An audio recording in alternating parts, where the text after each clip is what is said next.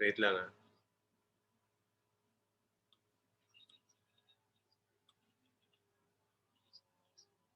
Okay. Baka kaya. Let me see lang, no? Sige, so I'll just share my screen.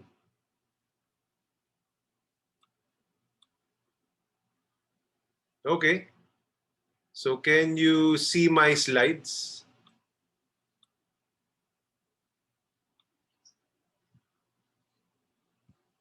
Wait lang ah. Can you see my slides?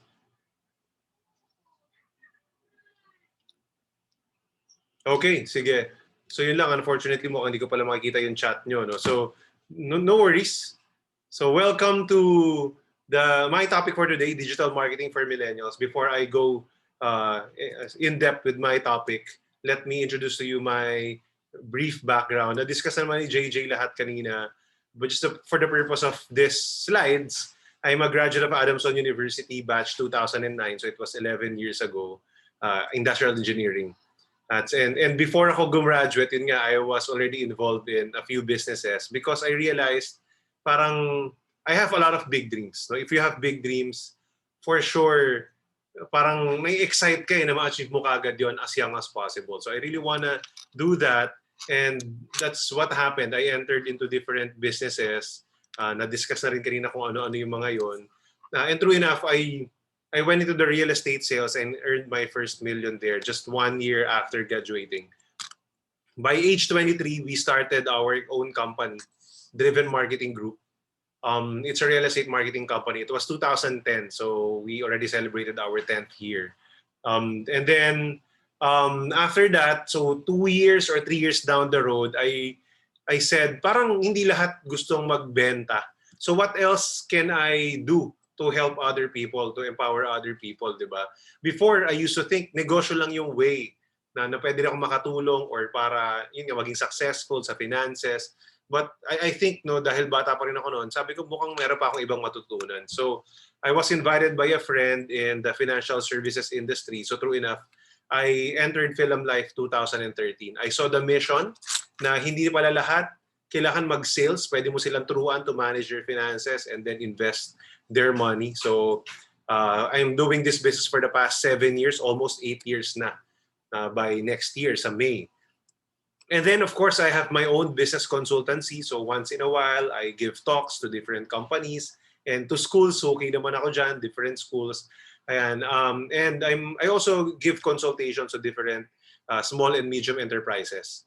And I also have this project Six Figures that I launched in Facebook just this year and in my YouTube channel, wherein I share different I had different interviews about people who are earning six figures, and just to show people na maraming ibang way, hindi lang isa yung paraan eh. So I wanted to be inspiring and everything. So we've been very active the first half of the pandemic, no, since April. Tapos ngayon I focused on creating different videos, mainly focusing on businesses and insurance.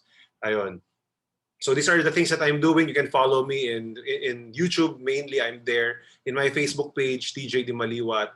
You can join the Project Six Figures or the Six Figure Income a Month group in Facebook. You can go to my website and, of course, in Instagram. But, you know, life was not like this before. It was not always a straight path. Hindi naman naging madali siya. A brief background, ito yung family namin. Simple lang, while growing up, simpleng bahay lang din, ganyan. My mom grew up in Pasay, then my dad grew up in Baguio. So nagpupunta kami ng Baguio yearly. Itong picture na to sa Baguio pa to. I can remember yan, mga ano pa, dito, mas balot pa, di ba? Ayun, and then I remember, dahil wala kaming katulong din naman sa bahay noon, pag once in a while, sinasama ako ni Mami sa office. Ganon. And then, lalo na pag nagpapa-vaccine. Ayan. So, yun.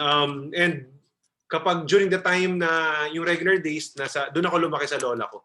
Kasi wala nga akong kasama sa bahay. Ayun. And then, yeah, I am the eldest of 3 kids. So, kapatid ko si Christine is also an IE, graduate din ng Adamson, and then si JC. Adamson din siya, computer science naman. Yun. So, during my college days, ito yung hindi ko makakalimutan kasi ang baon ko ng 100 pesos a day lang. And so it's around 3,000 a month. Sakto lang yun sa pamasahe tsaka pang lunch. Walang pang merienda. 'Di ba? Pouchin lang, so buhay pa yung pouchin sa ST, 'di ba? Ayun, or yung iba pa doon, yung iba wala na eh. Yun nung bumalik ako diyan, yun na lang yung naiiwan doon, ganun. Tapos LRT and tricycle, yun lang. So wala talaga maiipon. Swerte na lang pag walang pasok kasi parang yun yung pinaka-savings ko pag Sunday, ganyan, pag na-cancel. Kasi binibigay sa akin monthly yung allowance ko, 3,000. But I have a lot of things that I want to buy. No? Money pang date, pang laro sa computer, di ba? Pambili ng mga bala ng PS, ganon, whatever. No? So panggala with friends. And I know that I cannot ask more from my dad. No, alam ko yung situation. So what I did is, may nakausap akong tita. Sabi niya, DJ, naglo-load ako ng Globe and Smart sa office. Ang tubo niyan mga 13%. So compute ako, okay yun sa 1,130 pesos. No? So umabot yung time na nakaka 2,000 ako a day. Sorry, 1,500 a day na sales. So parang 200 pesos na kita. In 30 days, that's 6,000 pesos, di ba? Double than my allowance. So sabi ko, okay to Because of that experience, I saw na, if I manage my own money and pinaikot ko siya, parang dito, I will have that control over my life. Pwede pala yun. No? And then, in our elective entrepreneurship, si Ma'am Jocadis yung prof ko. Ayan, so pinabasa kami ng book, etc. And then, one of the activities, pinapunta kami sa World Trade Center. And then, doon may nakita akong opportunity. No? There's a kettle corn booth there. Sabi niya, pwede kang maka-discount ng 33% if you buy in bulk. So that's what I did. Yung 2,250, mabibili mo lang ng 1,500. Pag nabenta mo, magiging 2,250 siya, parang ganoon. So, okay siya. So yun yung reason kung bakit kahit mahiyain ako. Guys, mahiyain ako. Talagang ayoko ma-judge. Pero I think my dreams are bigger than my fears. So that's what I did. No? Parang 25 pieces, 30 pieces per day nadala ako sa school, and then nag-aalok ako sa mga kaklase ko. So nasanay na sila kasi siguro wala rin silang choice kasi nasa akin na sila nagpapaload. So medyo na-i-prepare ako ng loading business for this. Siguro if not for the loading business experience, wala akong lakas ng loob to offer. Kasi dumami kakilala ko may mga nagpapaload, bukas ang gabayad, mga ganyan. No, and then eventually I got introduced before I graduated in the network marketing industry. So nagsisearch ako online ng mga opportunities. May nakita akong certain parang distributorship, and then hindi ko alam networking pala. But I learned a lot from this industry. Kumbaga doon na-open yung mind ko in the concept of leverage, di ba? Na kapag ikaw lang mag-isa yung nagtatrabaho, parang nakakapagod. Pag wala kang trabaho, wala kang benta, wala kang kita. But if you form a group, if you form your own business, if you multiply yourself through other people, maganda siya. So, I got experience from this industry, and then maraming training. Diba? This is one of the hardest industries and most misunderstood. Pero ang ganda ng training nila kasi nga mahirap No? So, ang ganda nung regular yung training doon, ang galing ng mga trainers, gano'n. Until I was recruited in the real estate field. No? Kasi nung estudyante pa lang ako, I really want to invest in real estate, wala lang akong pera. So that's what happened. Invested in real estate, earned at least $1 million a year in this industry for the past 11 years. So that's my experience, the past 12 years. And then we established the company nga, and napalaki namin to with my partners. Bata pa ako dyan. We started this company, I was still 23, 34 na po ako ngayon. No? So, and umabot kami sa over 1,000 agents. Daming gusto magbenta ng property. Hindi lang talaga madali makabenta, di ba? So, sabi ko, okay to. At least, hindi naman lagi may benta ako personally. Pero pag may benta yung team, may kita pa rin. So, ang ganda nung concept na yun.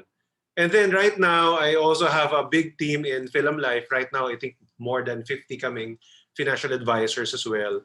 So, these are young and dynamic people. Some are fresh grads. And some are mga 1 year, 2 years pa lang sa work. We're still doing this. Yung iba full-time, yung iba part-time. So as you can see, I'm in the business of developing people for them to be better And kapag kumita sila, yumaman sila, yun din, kumbaga, may malaking return din sa akin. Yayaman din ako. So, I like these types of businesses. And according to James Clear, the author of Atomic Habits, you do not rise to the level of your goals. So, hindi enough yung goal setting. You fall to the level of your system. So, over the years, I've learned that you got to have a system in place para may mga times na nagpapahinga ka, nagta-travel ka, you're doing what you love doing. Like me, I love giving training. Even if you're not presently selling, di ba, ikaw mismo yung gumagawa, pwedeng kumikita ka pa rin. And yun, so I've always been busy in terms of creating systems and improving it para including yung marketing and different business systems para tumakbo yung negosyo and ma-improve pa ito. Alright, so what I'll be sharing with you here is some of the concepts that I learned in terms of marketing over the years. So I started doing business, sabihin na natin 2006, 2007. So for the past 13, 14 years, I've been personally experiencing these concepts. So during the time, iba yung nababasa mo sa libro, iba yung na-experience mo, di ba? And then siguro one thing that I realized is sa continuous training. Siguro one thing I will tell you is kapag labas nyo ng school, huwag kayo talagang matapos na mag-aral. You continue to learn and then apply whatever you're learning. Ang maganda lang after school, the subjects you are interested with, di ba? Makakapili ka lang ng subject na gusto mo talaga or i-grow sa'yo. So how many of you are excited? If you're excited, type in the chat box the exclamation point. If you are excited to learn more about digital marketing concepts. Magagamit nyo to even if you have your own personal businesses. And of course, if you have if you work for a big company, some of these concepts you will be able to use. Ayan, sige, thank you sa mga nagta-type sa chat. Okay, so first is the concepts that I will be sharing with you. Some of this, maaaring na-discuss na sa mga topics new sa marketing systems. Some probably will be new. So just absorb all these things. First and foremost, what I learned in marketing is like a wheel. Para siyang bicycle wheel. Yung outside, this is your market. Diba? Alam natin, it's always been discussed that the most important thing in marketing should be understanding your target market. There's no such thing as if pag tinanong ka, sino yung market mo, sinagot mo all. No, that will fail. You cannot, lahat man sila pwedeng bumili, but you cannot do marketing if you don't identify your target market or your niche market. Sabi nga natin, there's riches in niches. No? So, you got to know kung sino yung tatargetin mo lang because of the next part, which is the message. The message, kung makita mo na doon siya sa gitna, it's the heart of your marketing strategy. So, but you cannot target or you cannot compose the right message without understanding sino yung target market mo. Kasi 'di ba sila yung kakausapin mo eh. No, so the heart of your marketing strategy will be your message. Ano yung gusto mong iparating na mensahe doon sa tina-target mong mga kliyente, 'di ba? So, 'yun. For example, no, Coca-Cola, 'di ba? Ano ba yung marketing strategy nila or ano yung message nila? 'Di ba usually happiness in a bottle? Yun siya eh. So lahat ng mga advertisement niya, it's not about gaano kasarap si Coke, ganun, but about family, about yun nga happiness. Kasi yun yung message nila, that's their brand. 'Di ba si Jollibee ganun din? 'Di ba? It's more on family, masaya dito, ganun, the Filipino family. Kaya it's amazing, 'di ba? Dito lang yata sa country na to hindi tinalo ng McDo si Jollibee in terms of market share. No? So, as long as you know your message, matatap mo rin yung tamang target market. No? Yung dinidentify mo na market, dapat klaro yung message na gusto mong iparating. 'Di ba? So, sa Jollibee ganun eh, masarap kumain dito, 'di ba?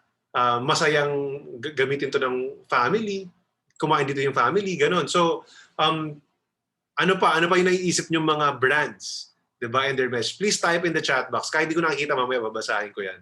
'Di ba? Ano yung mga brands no na naiisip nyo na meron silang certain message no na tumatatak sa inyo? Diba? Kasi important yun.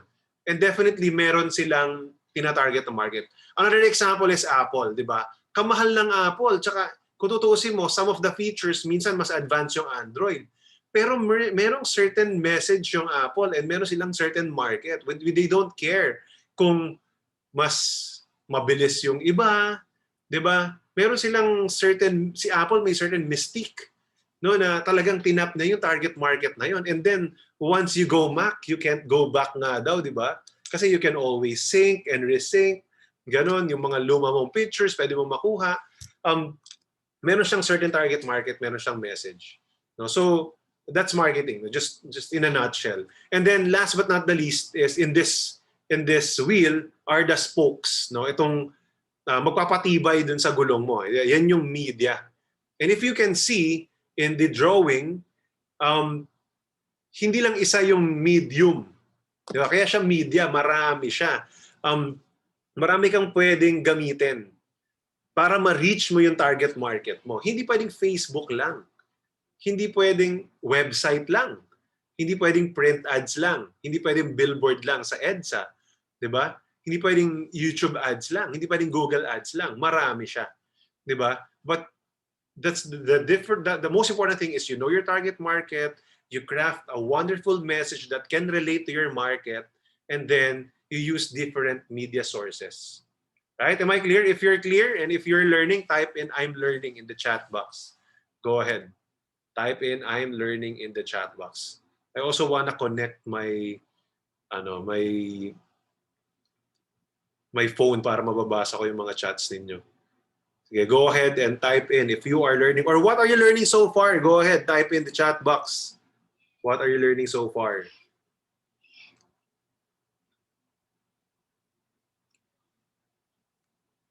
Para makita ko if I'm able to communicate with you. Sige. Another concept that I'll want to share with you is this concept.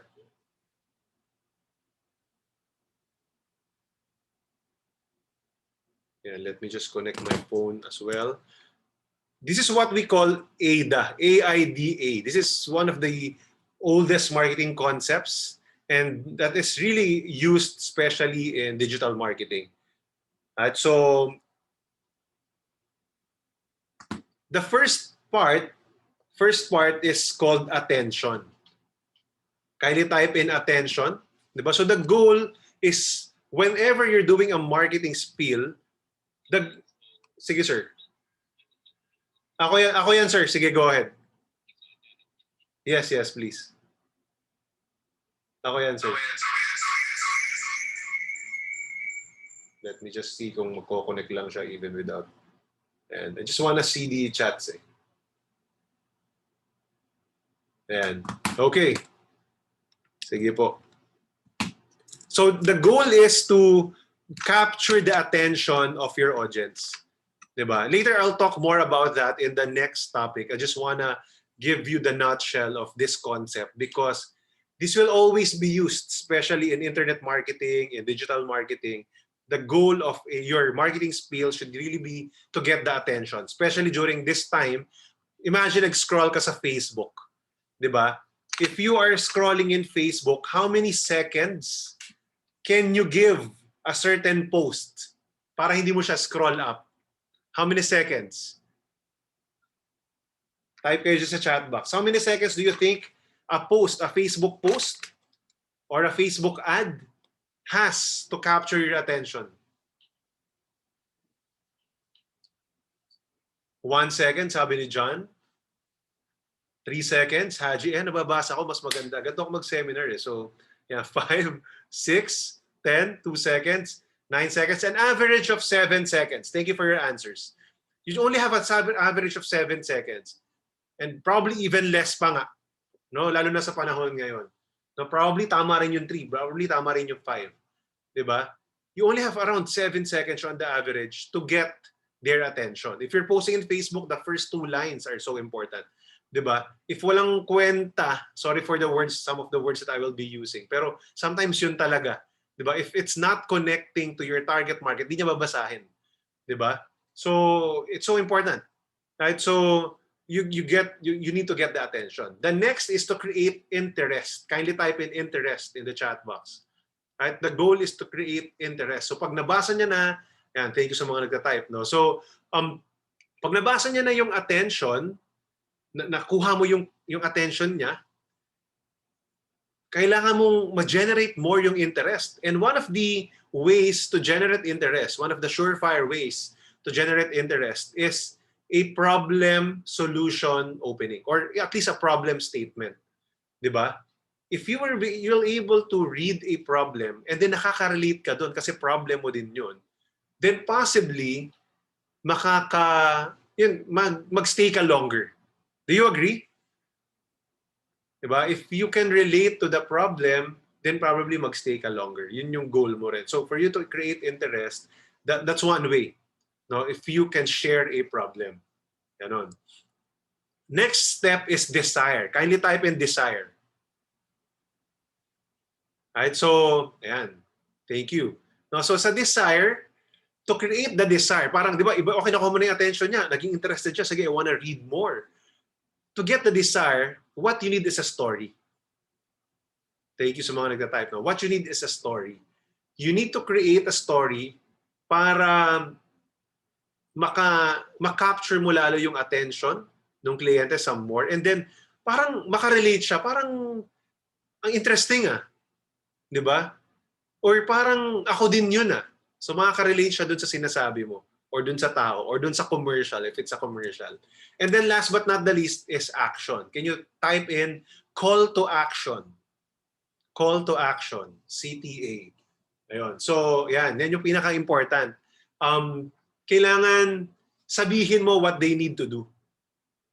Kasi a lot of people, okay, magaling marketing, ganyan, nakuha mo yung attention, but walang call to action, what to do next. So, you leave them hanging, di ba? So, mas maganda na sabihin mo rin kung ano yung kailangan nilang gawin. Contact me now, call now, ganyan, go to this website, etc. Especially in digital marketing. Right? So, that's AIDA. Can you type in AIDA? Right? So, this is one of the major concepts in marketing, especially in digital marketing. Ayan, so that's the acronym for this. You need to get, and this is a step-by-step process, by the way. Get the attention and then develop their interest. Again, fire their desire, sindihan mo yon, and then call to action. Right? Another thing that I want to share with you, this is what we say in marketing. Facts tell, stories sell.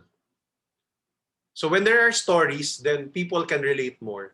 People would be able to understand more the stories because they're able to relate. It becomes more emotional than, okay, ito yung presyo, ito yung features, ganon. So marketing is not just like that. Kaya ka napansin nyo, di ba, mga commercial, it's really a story.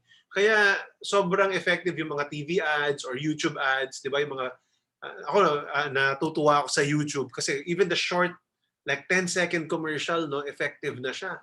Ganon. So, ang gagaling gumawa ng mga marketing people. No, kasi na-convert na nila yung mga 30-second ads into like 5-second ads, 7-second ads, 10-second ads. Na pag napanood mo, okay yun Diba?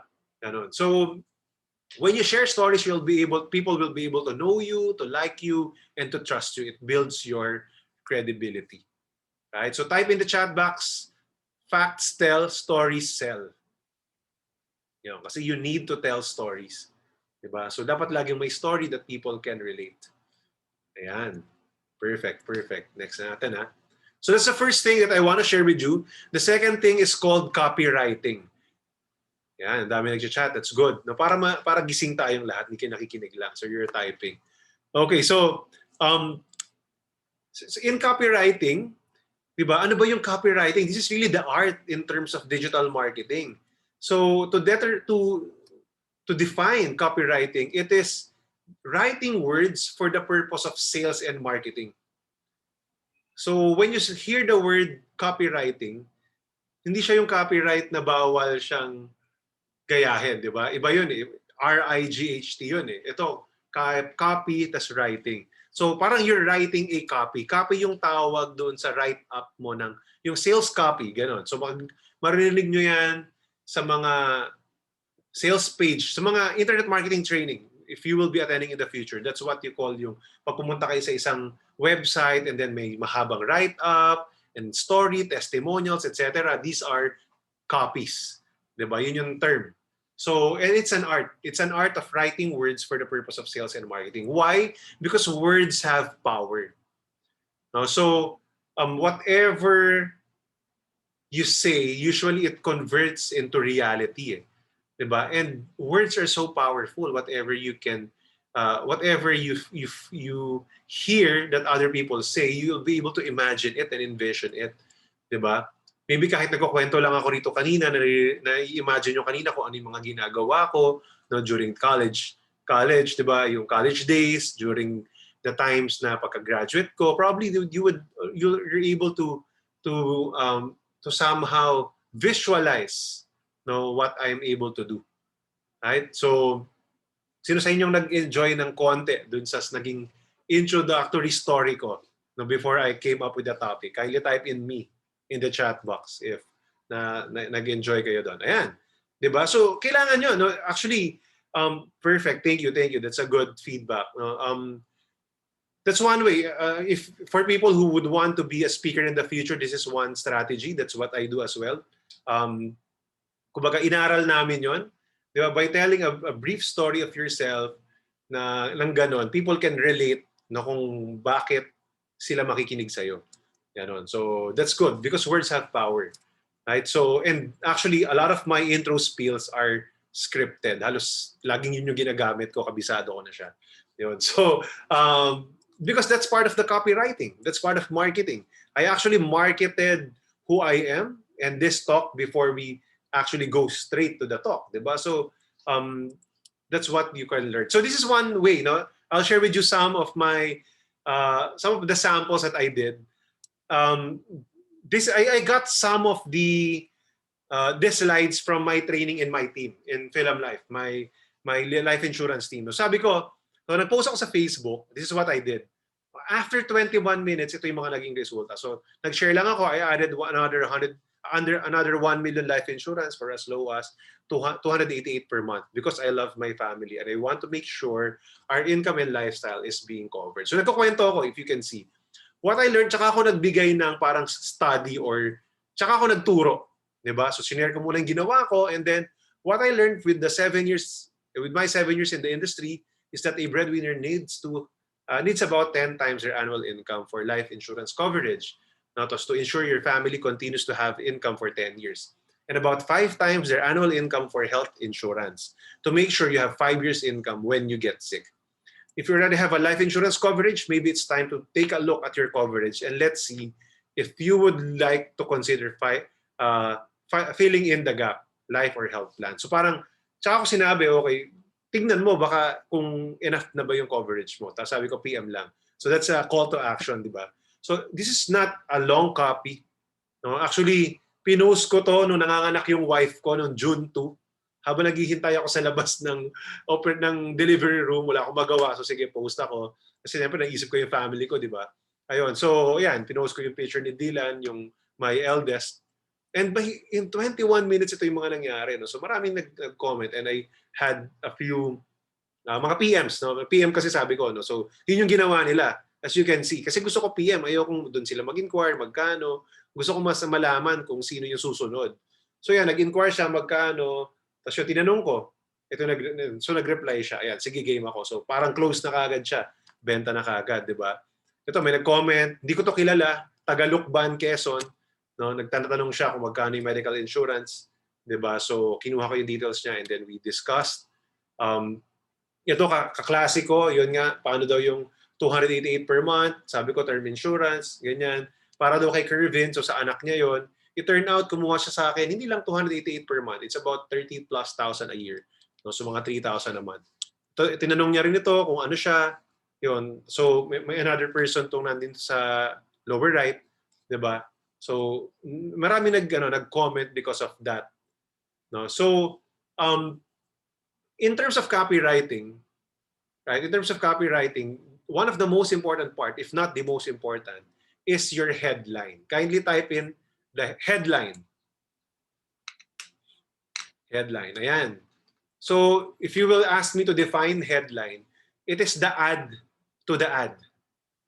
Diba? It is the advertisement to your advertisement. Kasi kahit anong ganda ng video mo, yung laman nung message mo, if hindi nila babasahin because of the busy digital world, wala rin mangyayari. So you got to learn how to craft a more effective headline. Di ba sa pag nanonood, nababasa kayo ng broadsheet or ng tabloid, di ba yung malalaki, yun yung una nyo nababasa, that's the headline. Right? So in the blogs, yung title, di ba? That's the headline. So kung mag-create sila ng something that is interesting, di ba? So let me give you some samples. Right? So there are 6 main types of headlines. Bibilisan ko na lang kasi we don't have much time. Let's just do Q&A later. But one of the major types is what we call how to. Kindly type in how to in the chat box. How to. Paano yan? Ito yung mga samples. You can just screenshot, no? How to buy life insurance. This is one way. Diba? So parang, so pwedeng yun. Para mag-interested siya, paano ba ako bibili? Or how to get 800 pesos a month off your phone bill by just walking. So ito na, mas ginagawa natin more specific, di ba? Paano yun? Makakuha ko ng 800 pesos off by just walking? Paano yun? Di ba? So that's the headline. Or how to determine the right career for you. If let's say if it's a recruitment post, right? So this talks directly to the target market. Yun yung goal mo, di ba? It somehow addresses a problem and talks directly to your target market. Yun yung goal ni headline. So meron pa ba akong another sample? Next, let's go to the next news. Type in news in the chat box. This is the second type of headline. For example, 3,000 people will get diabetes this 2020. Will you be the next? So, interesting yun basa nga ako, di ba? So that can be a great headline. Another thing is, unemployment rate rises to 30%. How can you be sure you won't be part of it? Mapapabasa ka ba niyan? Di ba? Type in yes if you will be able to read the articles if this is the headline. So these are the headlines. Ayan. Diba? So let's go to the third part, testimonial. Thank you sa mga nag-chat. This is another testimonial, another type of headline. My client told me he was able to save 4,800 for the past 6 months because of this program. Interesting? Type in interesting kapag ikaw nagiging curious ka na. Right? So this can really be used in Facebook, in your emails, etc. Marvin saved 90% from his medical bills last year. Probably because of this health card. No? Maybe dagan ko pa yun ng ganun. Right? So, these are some of the things. So, ibig sabihin, I'm using the testimonial of my clients or of other people. No? So, parang at least hindi puro kayo nagsabi. It will be something that can really capture the attention of other people, of your target market. The fourth type, main type is test. Samples are you sexy? Take this test. Parang ganon. Diba? Or maraming ganon test, diba? Sa Facebook. You wanna try, you wanna see if pasok ka ba rito. Or are you qualified to own this life insurance? Click here to find out. Parang ganon. But maybe, siguro before this, if I will edit this, get 1 million life insurance for only 3,000 a year. Are you qualified? Click here. Something like that. No, siguro para mas, okay, mura yun, qualified kaya ako. So maybe that's what I will do if I will edit this. The fifth type is asking a question. So kindly type in the question mark in the chat box to signify question. So maybe this one, yan. Stuck at a job you don't like. Diba? So para siguro kailangan pa itong dagdagan, diba? This is what you need to do. Parang ganun. Masyado maiksi ito eh. Parang na-realize ko lang. Diba? Para hindi naman masyadong bitin. Is your money in the bank earning? Or, yeah, parang ganun. Or is it losing value? Maybe ganun. That can be the question. Or, Are you saving enough? Maybe we need another more, no? Parang nabitin ako dito. Diba? Are you saving enough? Take this test, probably ganon. Or watch this video, maybe. Right? Or how long can your family survive in case your income stops because of death and disability? Maybe that could be another question. So, that would be the headline. Para at least, uy, ano yung ibig sabihin nito ni DJ? Can I read more? Okay, so that's the ad to the ad. Last but not the least is a warning. No? Kindly type in the exclamation point for warning. Ayan. Ayan, perfect. Don't read this if you already have a health card. So pwedeng ganon. Or warning, you may not like this. Pwede natin dagdagan kung ano yun, di ba? So depende sa binibenta mo. Or beware of your VUL. Yung VUL sa term yan sa life insurance, di ba? So beware of your VUL. It might be losing money. Maybe that's something that what I can do in terms of giving headlines or doing headlines. Are you learning? Kindly type in I'm learning in the chat box if you are learning. Ayan, thank you.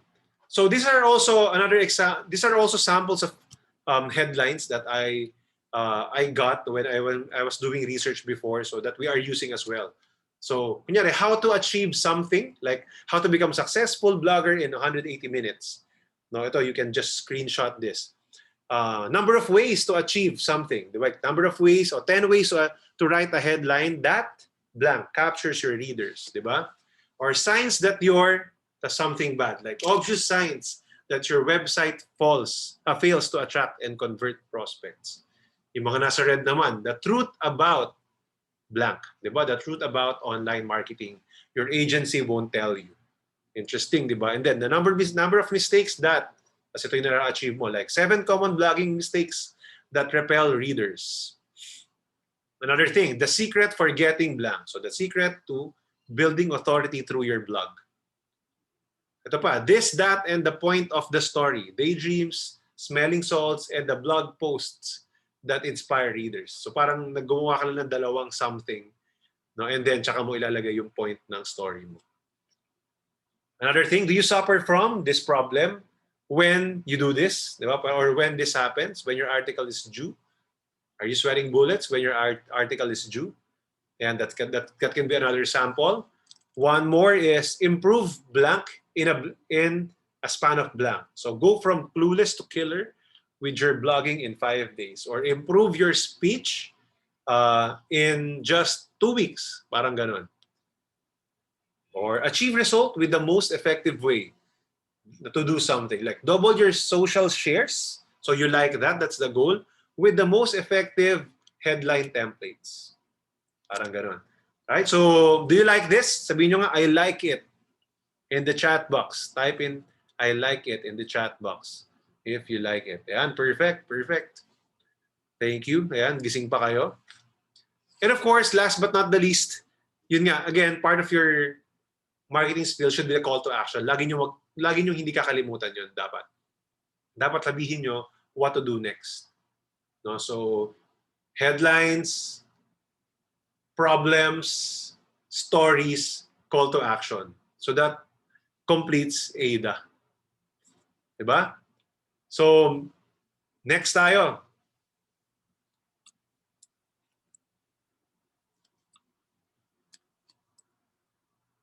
Okay, so medyo bumaga lang ako dun. Ito pala yung some of the samples ng call to action ko. Sorry. No, reply with yes if you're interested. So sa mga Facebook posts, pag nag-post kayo, for example, ng announcement, even in your Facebook groups, you can try this. Diba? Lagyan nyo ng call to action. For example, yun nga, comment exclamation point if you are joining. Or copy-paste your name. Sabihin nyo kung anong gagawin nila. No? Kung wala masyado nagre-reply sa mga posts nyo, ibig sabihin niyo sinasabi ko anong gagawin next. So, hinuhulaan nila yon, di ba? Kailangan nyo bigyan sila ng instructions. Call or text me to know more. Diba? Para at least alam nila, okay, pag gusto ko, ito gagawin ko next. PM me to request for a quotation. Diba? So, Click this to see available dates on my calendar. Diba? So that can be the call to actions that you can use. Comment I want to confirm your attendance. So this ako, I always do this when I'm doing mga webinars, ganyan, or training or meeting with my teams. No, I ask them to do something para rin ma-prove ko na basa nila. 'Di ba minsan ang haba ng post, no? So sa dulo or sa gitna, maglalagay ako ng code. Maglalagay ako ng code para malaman ko kung pinanood mo yung video ko, no, or natapos mo yung write-up ko, malalaman ko. No, so these are a lot of strategies that you can use. Pwede niyo pag-practicean kaagad ito.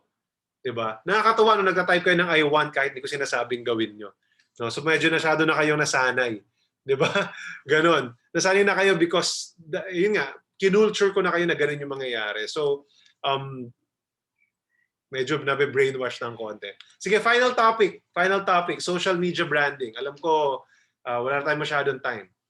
So let me just share with you some of the things that I do in terms of social media branding. In this part, you can also use this if you have your own business, small business, meron kang binibenta, or even nga, let's say you have an event, gusto mo maraming umattend, so magagamit mo rin yan sa school, di ba? Or wherever you are. Yun. So, but this is an overall strategy so that you would want your client to go to you. No, especially if you are in a single person business. No, let's say you're into sales, you want people to you want to increase your credibility and people to like you more. So this is what you can do as well. So this is a personal branding topic that I also run with the life insurance advisors and real estate agents. So we will use the word lever because I want to leverage in social media. Diba? So the root word of leverage is lever, diba? So when you use a lever, you make things easy. Diba? So it makes things easier for you. Kunyari ka, i-move mo tong bato na to, if ikaw lang mag-isa, maybe mahirap. But if you use a lever, then it will be easier. Right? So this will be the acronym for this. The first is lifestyle. What you can do is you can post lifestyle posts in your social media for you to create your own brand. So number one, ayun, ibig sabihin lang, pakita mo tao ka. Ganon. So nag-share ako minsan, ayan, so yung naglalambing yung anak ko, ganon. So kwento ako ng konti, picture. If you would notice, 202 reactions, 43 comments. So family picture, ganyan. So post kami, naglumabas kami na saglit nung quarantine. Ayan, so 161 reactions, 19 comments. Another thing, yeah, for example, some of the lifestyle posts kasi we also talk about health in Film Life. Diba? So post ako, ayan, so it's been 4 months since I did my jump rope, 70 reactions, pero maraming comments, 57, and then 647 views. So madami-dami din yon. And then when I was doing push-ups, ayan, tas nakasakay si Dylan, di ba? Ayan, so 124 reactions, 29 comments, ang daming views. Ganon. So ano pa bang sa lifestyle? Ayan, pag nagluluto-luto rin, di ba? So pwede nyo rin gawin yon. And again, this is intentional. Depende sa brand or image na gusto mong ipakita. Sa akin kasi, I wanna attract people, na, let's say, I wanna recruit people in my team. And I wanna show them na even if busy ako sa business or I have this business, I have a lot of time for my family and for the things that I wanna do. Yun yung gusto kong, yun yung message ko eh. So I have this target market, people who wanna do business, maybe people who have their own families or love their families, or also health buffs as well. Target market ko sila. I want them to see na, uy, yung negosyo ni DJ sa Film Life, pag ginawa ko yun, pwede ko rin magawa itong mga bagay na to. So, I did this, post ako ng konti, tas ang dami nagre-react, 41, and then 89 comments, pinagkaguluhan yan. Tapos ito pa, isa, daw sabi ko, ito, mahirap hulaan, so ang dami nagre-react, tapos 62 comments, ganyan. So, I also want to show them that I'm also a light person, hindi naman ako puro serious na negosyo lang. So, yung mga posts ko, guys, are intentional. No, so these are intentional because I have a certain target market that I want to attract na to go towards me. Either maging kliyente ko sila or maging recruit ko sila. No, but this is mainly for the recruitment, no? So para at least ma-feel nila na hindi naman ako puro serious lang. Ganon. Next is educational. It should be also educational once in a while, di ba? So I have a post in YouTube. Is this is the financial advisor career for you? So kung gusto mong iniisip mo maging financial advisor, panoorin mo muna to. Parang ganon. Or about VUL. These are the 4 types of VUL. Maybe you wanna watch it. No, so may mga ganon din. Then like because of that, may mga nag-inquire. Ayan, no? So gusto malaman kung paano mag-financial advisor, di ba? Meron din nagtatanong about health insurance. So, because of the post, educational post, may mga nanonood din noon, nagbabasa rin noon, people come to me. And people will come to you when you do these things. Ayan, so I also want to educate them about what I'm doing. So noong June, bagong panganak si Carla, June 2, June 9, nagtatrabaho na ako. So 1 week after. And these are the things that I'm doing. I just want to share with them. Nag-host ako ng business orientation. May benta ako kanina. Nag-record ako ng YouTube videos. Tapos nag-aalaga. Ayun. So, and then I have a lot of comments as well. So 234 reactions, 25 comments. And then, of course, pag meron akong bagong program, like I launched the 6-figure coaching program. So, ayan, 113 reactions, 21 comments as well. So just to show them na this is what I do. Ayan. So next natin is value, letter V. So you also provide posts that people can be inspired. I have a Facebook page that's DJ Dimaliuat. So doon ako nagpo-post ng mga ganito na para hindi masyadong baha sa wall ko. And there are 8 shares, not bad yan for a serious post. 'Di ba?